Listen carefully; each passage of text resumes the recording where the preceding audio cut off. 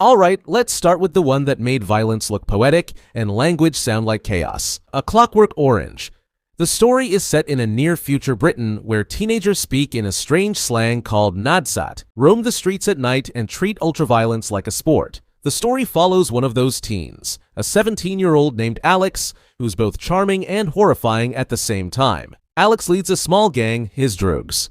There's Dim, the muscle and the idiot of the group, Georgie, who's ambitious and always pushing against Alex's leadership, and Pete, who mostly follows along. Their nights are full of drinking drug-spiked milk called Moloko. It's not subtle, it's chaos with rhythm. The story starts in that rhythm, showing us a night in their lives. What follows is one of the most twisted redemption arcs in literature. Every adaptation since, especially the Stanley Kubrick film, has struggled with that same question: how do you show horror without glorifying it? Kubrick's version was banned in the UK for years because copycat crimes started happening, but Burgess always insisted it wasn't a celebration of violence. It was about the danger of taking away human choice. Requiem for a Dream.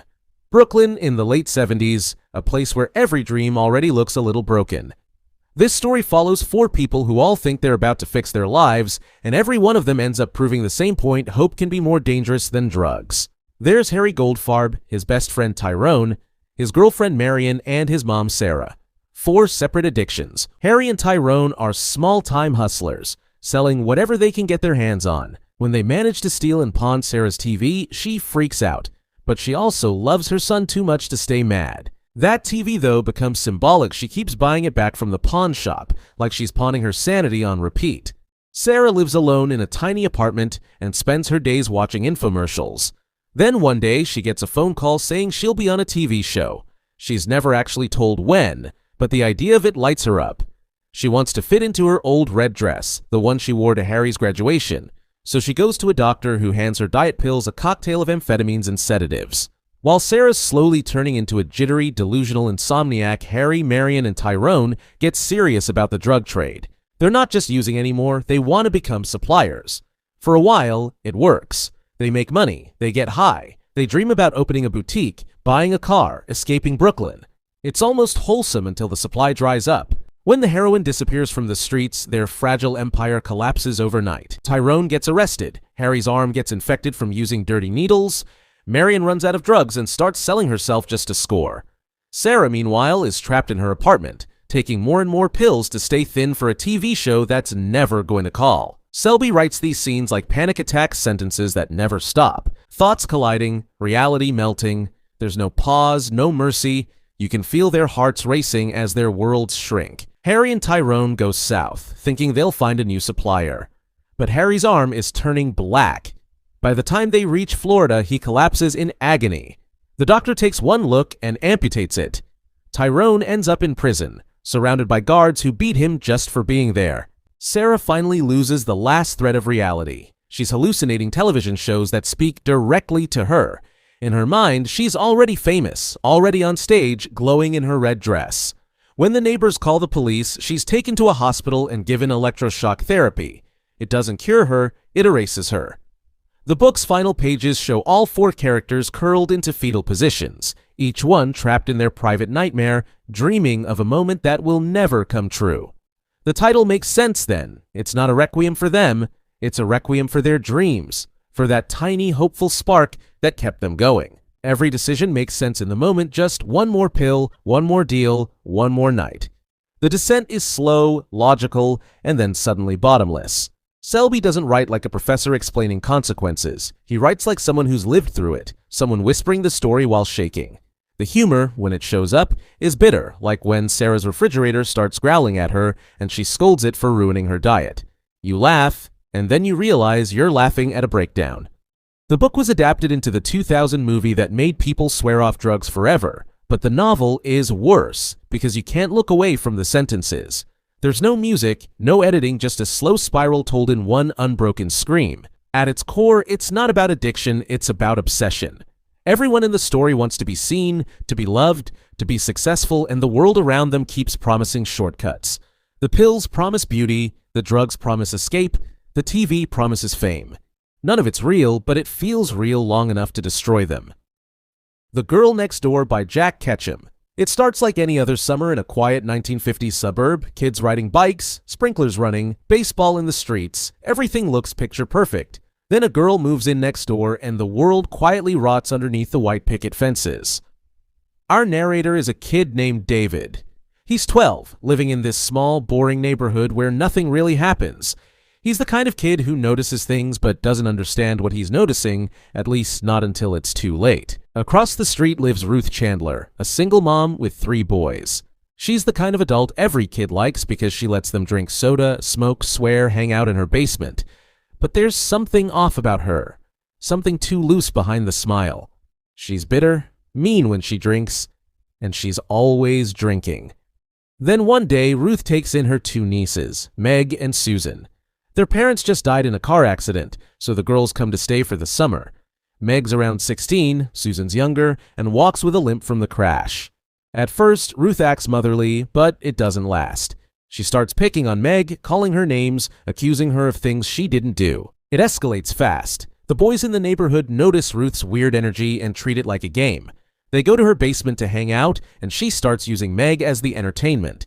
First, it's verbal abuse. Then small humiliations, making her stand in front of everyone, slapping her, calling her disgusting. David watches all of this happen. Sometimes he tries to defend her, but mostly he just freezes. He tells himself it's not his business, that it'll stop. But it doesn't stop. Ruth keeps pushing and the kids follow her lead. The basement turns into something else. A place where cruelty becomes a routine. Ruth ties Meg up, tells the boys they can do whatever they want. She says it's for discipline, but it's clear she's getting a thrill from it. She feeds off their laughter. David becomes obsessed with trying to help Meg escape. He sneaks her food, talks to her through the darkness, promises to tell someone. But every time he hesitates, the situation gets worse. Ruth's sons start inventing new punishments. They burn her, cut her, make her recite fake confessions. Susan tries to help and gets beaten for it. The most disturbing part isn't the violence, it's how normal everyone around them acts. Ruth keeps throwing barbecues, the neighbors keep waving, the kids keep showing up like it's just another after-school hangout. The basement becomes this secret universe where morality doesn't exist anymore. By the time David finally tells someone, it's too late. The police arrive after Meg's already been tortured beyond saving. She dies in that basement, tied up, calling for her sister. There's no cinematic rescue, no heroic twist, just guilt and silence. And a boy who has to live the rest of his life remembering that he watched it happen. Years later, adult David narrates the story like a confession. He says he can still hear her voice. He says the worst part is knowing that Ruth wasn't a monster from another planet, she was human, a neighbor, someone you'd probably chat with over the fence. Ketchum wrote it based on the real murder of Sylvia Likens in 1965, and once you know that, the whole thing gets even harder to stomach. When you finish the book, you don't feel scared, you feel dirty. You realize how easy it is for cruelty to grow in silence. The Wasp Factory. Meet Frank Kaldheim. 16 years old, lives on a remote Scottish island with his dad, and he's not exactly your average teenager.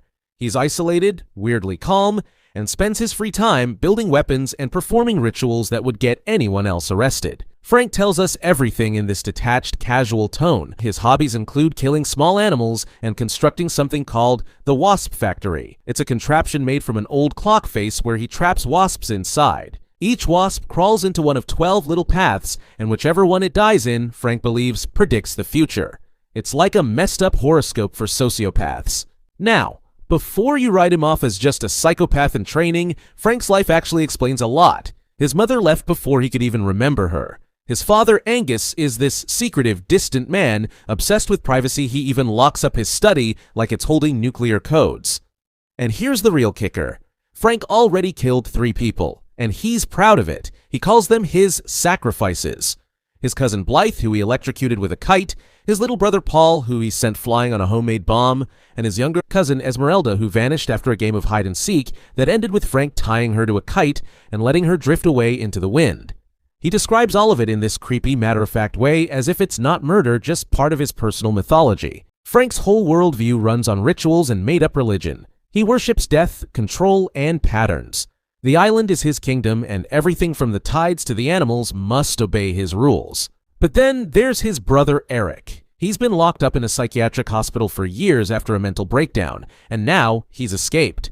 Eric's coming home, and Frank knows it's gonna end badly. Eric's breakdown, by the way, came from one of the most disturbing moments in modern literature. He was studying medicine and had to feed a baby in a hospital ward. Only the baby wasn't really alive. It was a child with severe brain damage whose head was filled with maggots. The moment he realized the maggots were literally eating the baby from the inside, his mind snapped. Since then, he's been wandering around setting dogs on fire. So now Eric's on his way back to the island, and Frank starts preparing for the reunion like it's a ritual. He sharpens weapons, watches the sky, checks his traps, and keeps consulting the Wasp Factory. Throughout the story, you start wondering, why is Frank like this? Why does his father lock everything up? Why is there so much secrecy around him? The answers come slow, and when they do, they flip everything. Near the end, Frank sneaks into his father's study and finds medical documents.